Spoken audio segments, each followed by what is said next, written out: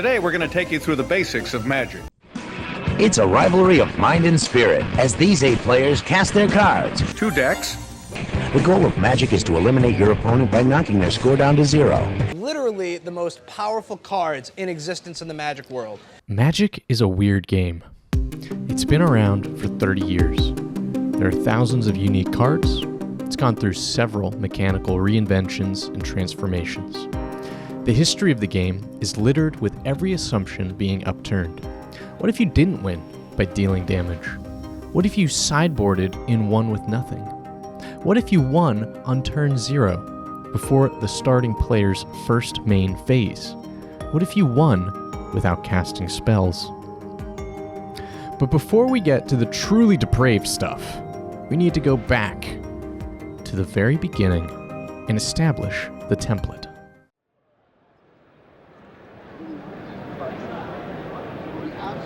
Magic the Gathering launched originally at Gen Con in 1993.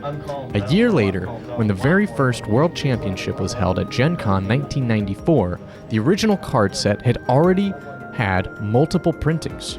3 expansions were out, and Black Lotus was just about to hit $50 on the secondary market.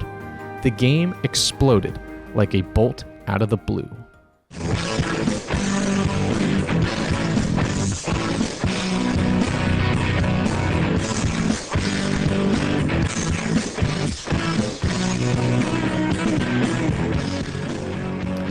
Magic is, at its heart, a simple game.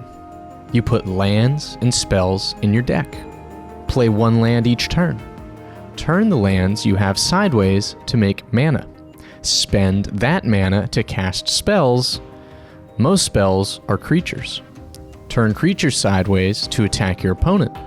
Get them from 20 life to 0 and win the game. Most later-day CCGs would, of course, have an even simpler set of basic rules.